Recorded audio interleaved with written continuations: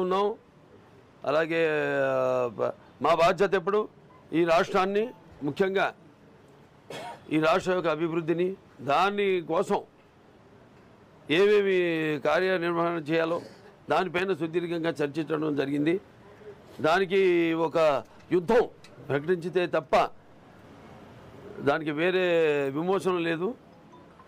ఎలక్షన్లు వస్తేనే ఎలక్షన్లు కాదు, దానికి ముందు అసలు మొదలవాలి యుద్ధం ముందు నుంచే. అంటే యుద్ధం అంటే ఒక పార్టీయే కాదు, తెలుగుదేశం పార్టీయే కాదు. అలాగే ఇవాళ పవన్ గారు వచ్చి ఆయన కూడా మాకు యుద్ధంలో పాల్గొంటానని చెప్పడం, అలాగే మిగతా వాళ్ళందరూ కూడా దేశ నాయకులందరూ కూడా వాళ్ళ యొక్క సంఘీభావం ప్రకటించడం జరిగింది, అన్యాయం అని ముఖ్యించి చెప్పడం. సో ఇదంతా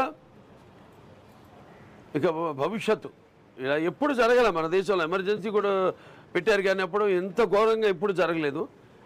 అలాంటి ఒక మతి స్థిమితం లేని ఒక పాలకుడు, అంటే ప్రజల యొక్క సంక్షేమాన్ని గాలికి వదిలేసి ప్రతిపక్ష నాయకులపై దాడికి పాల్పడే ఒక వ్యక్తి మన రాష్ట్రానికి ముఖ్యమంత్రి కావడం మన రాష్ట్ర ప్రజలు చేసుకున్న దౌర్భాగ్యం. అంటే ఒకప్పుడు ఉనికి అసలు మనకు మద్రాసీలకు పిలువబడే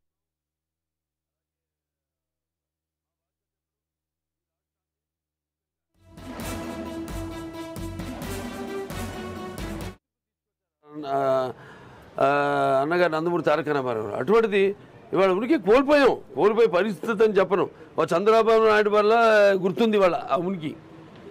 ఇవాళ కేవలం రాష్ట్ర ప్రజలే కాదు, యావత్ దేశ ప్రజలందరూ కూడా వాళ్ళ సానుభూతి ప్రకటిస్తున్నారు.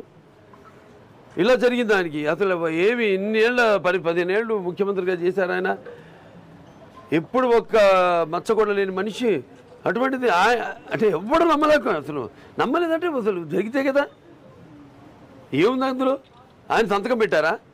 ఆ పైన ఎవరు ఫైనాన్స్ ప్రిన్సిపల్ సెక్రటరీ ఆయన రికమెండ్ చేశాడు ఇది బాగుంది అంటే. ఎస్, బాగున్న దానికి ఎప్పుడు ఇన్నోవేటివ్, అంటే ప్రజల కోసం అనేక సంక్షేమ కార్యక్రమాలు తీసుకురావడం, వివిధ రకాలుగా ఆయన మహిళా సాధికారత కోసం, మహిళలు వాళ్ళ కాళ్ళ మీద వాళ్ళు నిలబడడం కోసం అని ఆనాడు బాకర గ్రూపులు అయితే ప్రారంభించడం అయితేనేమి, అంత కంప్యూటరైజేషన్ చేయడం ఏంటి మండల వ్యవస్థలలో, ఫైబర్ గ్రిడ్. ఇప్పుడు వచ్చిన ముఖ్యమంత్రి అంటాడు నేను ఈ రాష్ట్రాన్ని ఫైబర్ గ్రిడ్ చేస్తాను. ఇప్పుడు అయిపోయింది ఫైబర్ గ్రిడ్, చేసేది ఏమీ లేదు.